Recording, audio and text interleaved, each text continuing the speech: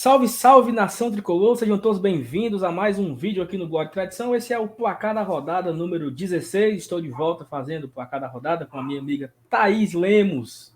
Vou chamar a vinheta para a gente começar a analisar como foi essa 16ª rodada, né? A gente sempre fala que quando o Fortaleza ganha, ela se torna perfeita, e essa rodada do Fortaleza não ganhou, então tem alguns resultados que foram sim interessantes para Fortaleza, outros nem tanto. Claro que a gente fica com o sentimento de dava para ter vencido o Santos, dava para ser o segundo colocado, né? A rodada favoreceu um pouco para isso. Mas vou chamar a vinheta para a gente debater um pouco sobre a 16ª rodada e todos os detalhes que tem em torno dela. Vamos lá.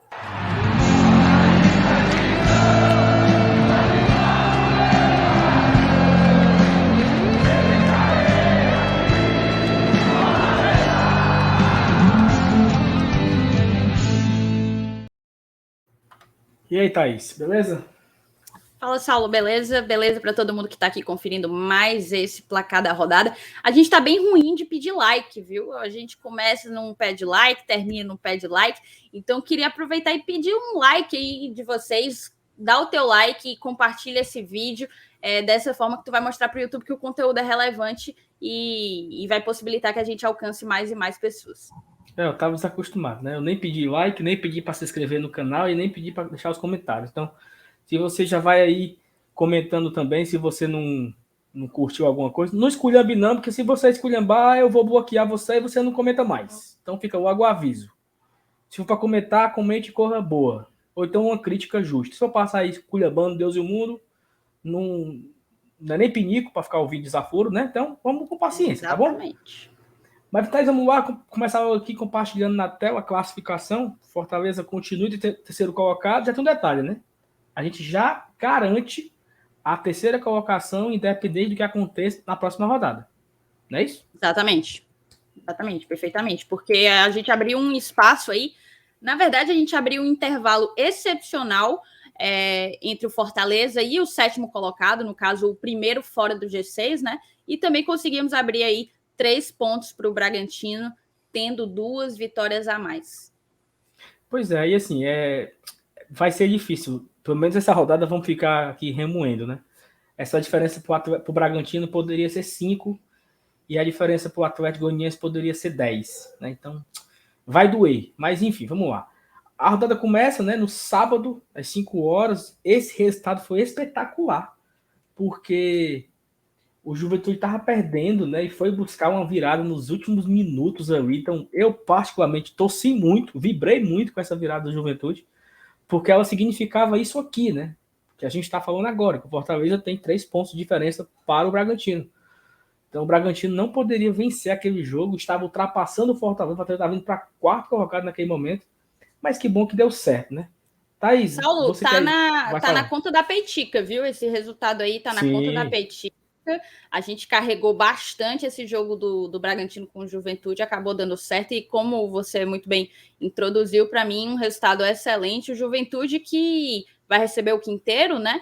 E que a gente até já falou na live de ontem que não briga mais, talvez, na verdade, deixa eu me corrigir.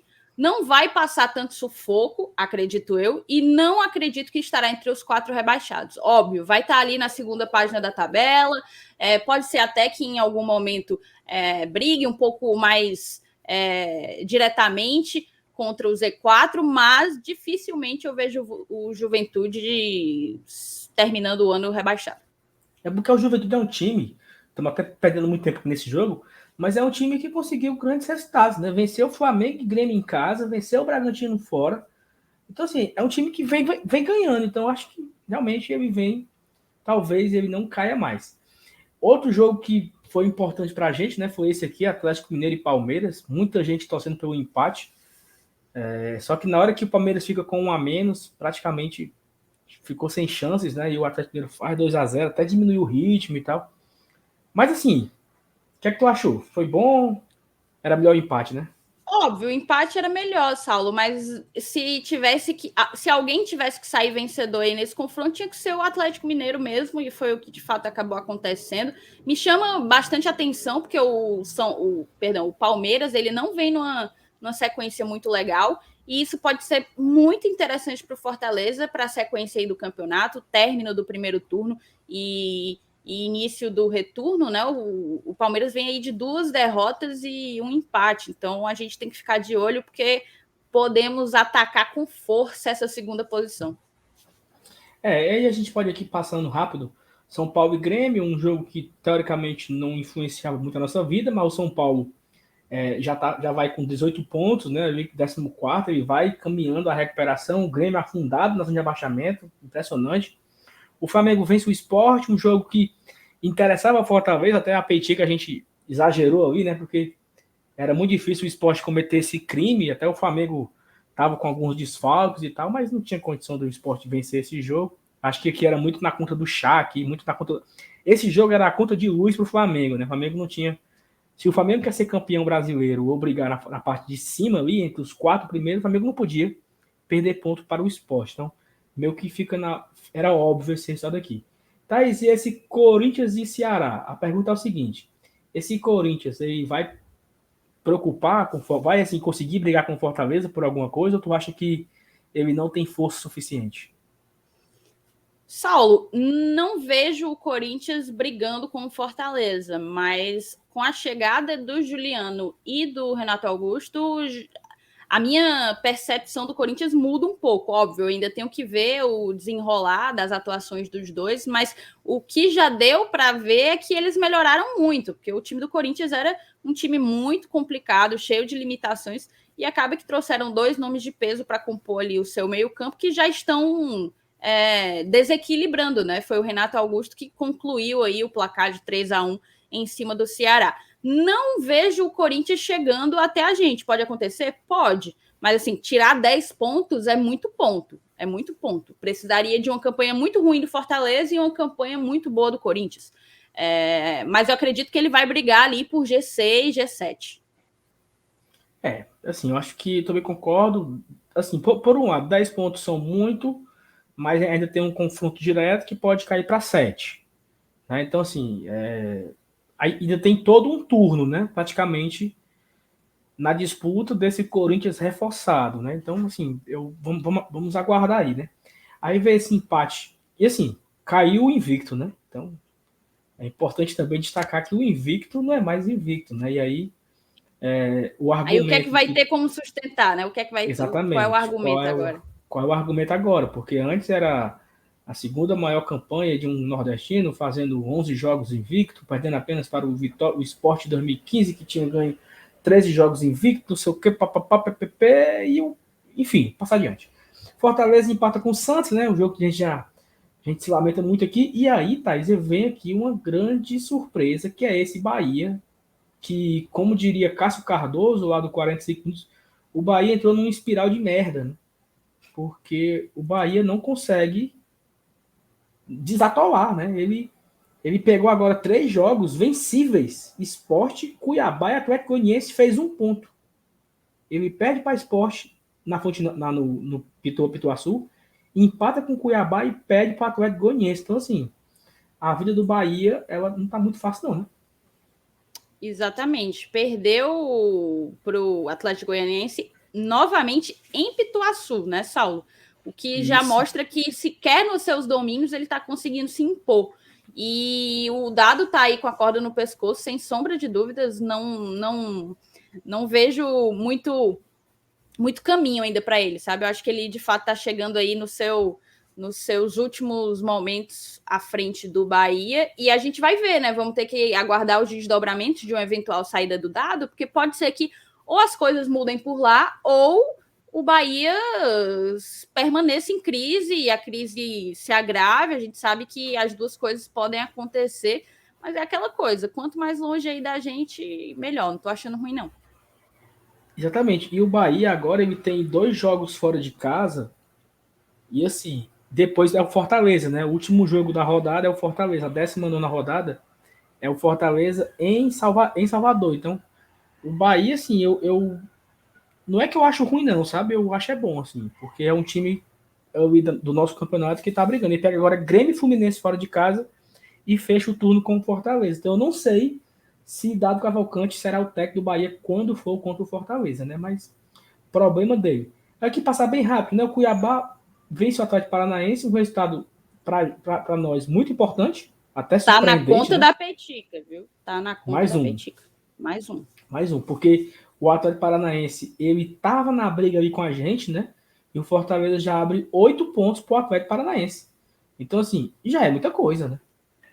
Tudo bem que o Atlético Paranaense tem um jogo a menos, mas esse jogo a menos é somente contra o Flamengo, né? Então, ótimo resultado esse na vitória do Cuiabá.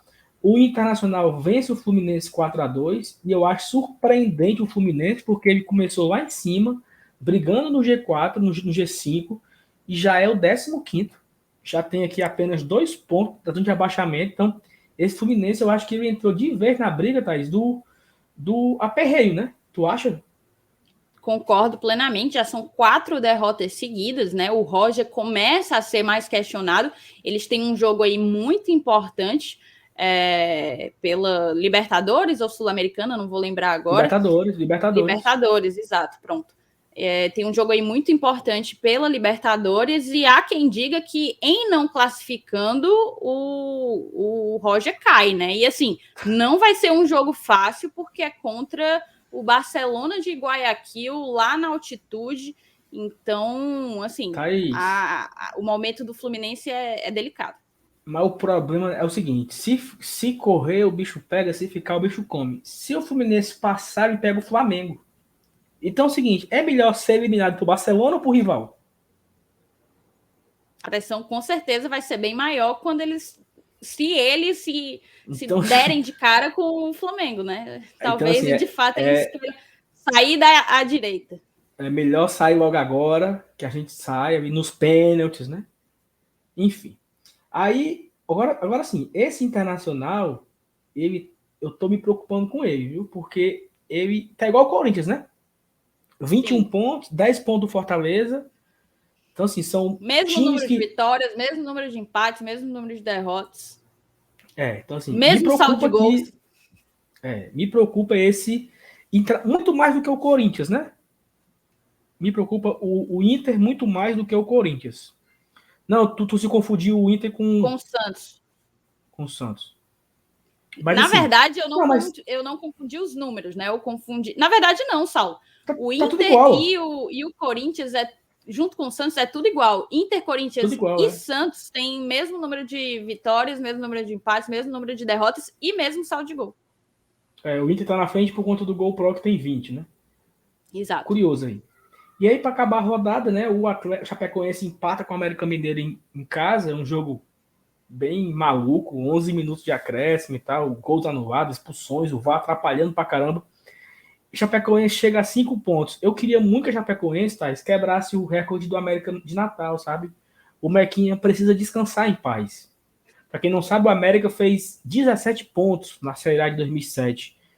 Chapecoense tem que quebrar essa marca aí, fazer uns 15, sabe?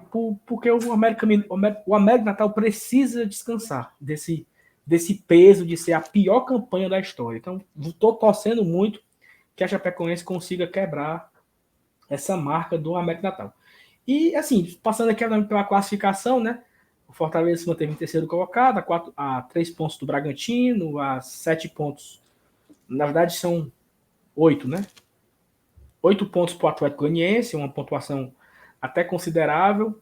A gente mantém também 8 pontos para o nosso rival, que também é considerável. Todo mundo fica olhando para isso também, lógico. 10 pontos para o Inter e para o Corinthians. Inclusive, aí 13 pontos da zona que deixa de se classificar para a Sul-Americana, né? Exatamente. Perfeito. Então, assim, em termos de pontuação, o Fortaleza vem confortável na competição. Vem confortável. Eu acho que, claro que a gente queria estar com 2 pontinhos a mais. E assim, eu preciso botar para fora, tá? Eu vou desabafar aqui rapidamente. Eu não fiz o pós-jogo ontem, mas o Fortaleza perdeu 2 pontos ontem por uma cobrança de pênalti. Domingo, na verdade, né? Domingo. E perdeu 2 pontos para o Grêmio também por uma cobrança de pênalti. Então, são aí 4 pontos perdidos em, né? Poxa vida, se tivesse esses 4 pontos a mais, né? Teríamos 35 pontos. Enfim. Eu entendo a sua necessidade de desabafo, mas assim, se a gente for por essa tua perspectiva, tem os pontos contra o Santos, os pontos contra o Grêmio, os pontos contra o Ceará, é muito ponto. É muito ponto. Mas também, se a gente não perdesse esses pontos, não seria o Atlético Mineiro o líder do campeonato. Então, assim, é do futebol, eu acho que a gente tem que olhar aí, foco no Juventude. É isso. A título de curiosidade, a gente sempre coloca que como estava a 16ª rodada em 2020, o Fortaleza era o 8º com 21 pontos, e o líder, Atlético Mineiro, tinha 31, com 15 jogos, mas o Inter, que era o segundo colocado, já tinha 16 jogos. Né? Então, o que nós temos hoje, em 2021, né, era a pontuação do líder, vice-líder e terceiro colocado ano passado. Então, o que demonstra que a nossa campanha ela é muito boa. É isso? Concorda? É uma campanha de disputa. Assim, eu sei que você tem toda uma questão anti-zica e uma grande parte da nossa audiência também, mas a gente não tem como brigar contra os números, né? Não tem como brigar com os números. O Fortaleza vem fazendo uma campanha de título. Ele vai ficar com o título? Eu acho muito improvável, até porque ele não consegue encarar em termos de dinheiro mesmo esses milionários aí. O Atlético contratou o Diego Costa, então assim, mas ele vem fazendo uma campanha de título, ele vai incomodar, tá entendendo? Ele vai estar ali incomodando, e eu acho que isso já nos torna grandes demais. Assim, é porque a campanha do Fortaleza, ela não é boa. Assim, não é uma campanha boa. Não é uma campanha que aquele nordestino, aquele time do Nordeste fez uma boa campanha. Não.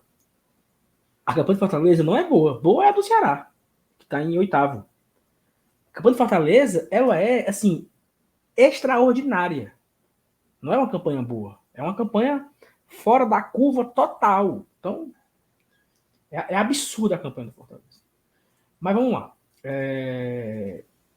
A gente sempre traz aqui, né, as estatísticas da UFMG, e vamos começar hoje por aqui, Thais, pelo título, né? Fortaleza tem 12,2% de chance de ser campeão. Eu lembro que você trouxe na rodada passada sobre o título, se eu não estou enganado. 12,2% para ser campeão, o Atlético Mineiro está com 58,5%, é o favoritaço aí, ainda mais porque abriu 5 pontos, né, de diferença para o Palmeiras e tal, então é o favorito ao título, ainda mais reforçando, né, trazendo Diego Costa e etc. Para a Libertadores, o Fortaleza tem uma pontuação, uma probabilidade que é absurda, né? 85,4% de chance do Fortaleza estar na Libertadores do ano passado, do ano que vem. Isso aqui até assim, né? A gente fica até emocionado quando vê, porque não acredita, né? Então, meu Deus. Na Sul-Americana, o Fortaleza está lá embaixo, mas tem 13,6% de chance de ir para a Sul-Americana. Se a gente somar 13,6% com 85,4 vai dar 86, 99, falta de 99% de chance de estar numa competição sul-americana. Competição sul-americana. Seja Libertadores, seja Sul-Americana, então é uma probabilidade muito, muito, muito alta. Beira a certeza, né? Beira a certeza. E aqui é de rebaixado, né? Eu lembro que você tinha falado, vou parar de mostrar, mas só para a gente ver aqui, você tem menos de 0,1%, 0,056% de chance de ser rebaixado. Realmente é muito difícil. Isso aí já ficou para trás, A estatística, né, é bem improvável que o Fortaleza seja rebaixado. Ao mesmo tempo em que matematicamente é quase certo que o Fortaleza vai estar na competição sul-americana, matematicamente é quase certo que o Fortaleza não vai cair para a segunda divisão. Eu acho que isso aí já é prego batido e ponta virada. Eu também acredito nisso. Como mandante, Fortaleza continua o melhor mandante, mesmo empatando esse jogo. Fortaleza ainda é o melhor mandante, tem 20 pontos, 8 jogos, 6 vitórias, 2 empates. Vamos ter mais um jogo em casa, né? Antes de virar o turno, fazendo 9 jogos em casa, e vamos fazer 10 jogos em casa no segundo turno, porque o clássico vai ser aqui. Então, se a gente já faz uma boa campanha jogando mais fora de casa do que em casa, no segundo turno a probabilidade é ser um pouco melhor, porque vai ter um jogo a mais em casa, né? E aqui é o seguinte, aquilo que a gente sempre fala, né? O Fortaleza é muito equilibrado. Ele tem um quarto melhor ataque e a terceira melhor defesa. Então ele nem é um time que faz muitos gols e leva muitos gols, ou que não leva muito gol e também não faz, né? Então ele tá ali no equilíbrio total, né, Thaís? É bem legal. Exatamente. Isso. É o próprio segredo de uma competição de pontos corridos, né? Eu até comentei na live de pós-jogo no domingo que ganha-se uma competição por pontos corridos com regularidade. Mas não só, existem outros fatores. Um desses outros fatores é justamente esse equilíbrio em conseguir ser bom em várias frentes, né? No caso, Fortaleza tem um bom ataque e uma boa defesa, e isso com certeza está pesando para a campanha estar sendo tão espetacular, tão extraordinária como vem sendo. Exatamente. Só a título de curiosidade, o Sport tem o pior ataque. 8 gols feitos. O Sport fez 8 gols em 16 jogos. Mas ele tem a segunda melhor defesa, só tomou 13. Então, ou seja, é um time que ele levou mais do que fez, mas leva pouco, né? O Bahia que está desequilibrado total, porque o Bahia nem é o melhor ataque, o Bahia é o 7º melhor ataque com 20, mas já tomou 26. Então, assim, olha... Que é um caso sério, tá, Saulo? Eu tinha até comentado com o MR no placar da rodada anterior, quando você ainda estava de licença paternidade, que o Bahia ele já tinha essa gravíssima dificuldade, essa gravíssima deficiência na sua defesa. Ele foi, salvo engano, a terceira pior defesa do ano passado, só levou menos gols ali do que os dois últimos, né? O 20º e o 19º. De resto, levou gol a varejo e atacado, sabe? Então, a gente percebe que mesmo mudando toda a zaga, porque a zaga desse ano agora é Conte e Luiz Otávio, dois atletas, né, que chegaram esse ano, mesmo assim eles não conseguiram corrigir isso daí, e o peso é gigantesco para a instabilidade que o Bahia vem vivendo. Exatamente. E ainda trouxeram o Lige, né, como reforço, e o time mesmo assim toma muitos gols, né? Assim, cada rodada vai tomando muitos gols, mas enfim, assim, a gente analisa aqui esses adversários porque é os mais próximos da gente aqui, né? O Bahia, principalmente, é um time que tem um orçamento muito alto. Acredito que tem time, tem elenco para estar numa posição bem melhor na tabela e não lá embaixo. Mas enfim, a rodada foi boa para Fortaleza, faltou Fortaleza fazer a sua parte, né? Para ser perfeita. Acho que se Fortaleza vence o Santos, teria sido uma rodada perfeita, porque praticamente tudo que a Petica colocou ali um temperinho, teria dado certo. Claro, em algumas situações que são bastante impossíveis, mas de resto foi muito boa. Thaís, o que você quer para falar de final? Não, só isso, que essa semana a gente só tem jogo novamente ali no sábado, né? Então a programação vai seguir com vídeos todas as manhãs e lives todas as noites até o sábado, terminando a nossa programação semanal com o pós-jogo ali lá para as 11 e tanto da noite, né, Saulo? Vocês vão fazer, exatamente. Eu tô fora dessa, graças a Deus. Mas de resto, pedir para a galera deixar o like, compartilhar o placar da rodada nos grupos de WhatsApp. A gente tem esse formato aqui que eu particularmente acho muito bacana, muito interessante, a gente trazendo essas estatísticas e analisando o campeonato como um todo, né? E como ele pode favorecer, como ele tem favorecido ou prejudicado o Fortaleza. Então compartilha com todo mundo, chama todo mundo para conhecer o placar da rodada. É isso. O placar da rodada ele é o fechamento da Petica, né? A Petica é o guia da rodada, que assim, muita gente, a Petica... Não, a Petica é um guia. Quais são os jogos que vão ter, quais são os jogos melhor para o Fortaleza. E o placar da rodada ele fecha a rodada, então tem a Petica, tem o pós-jogo e tem o placar da rodada. Todo jogo vai ter isso. Acho que todo mundo já está se acostumando. Quem não...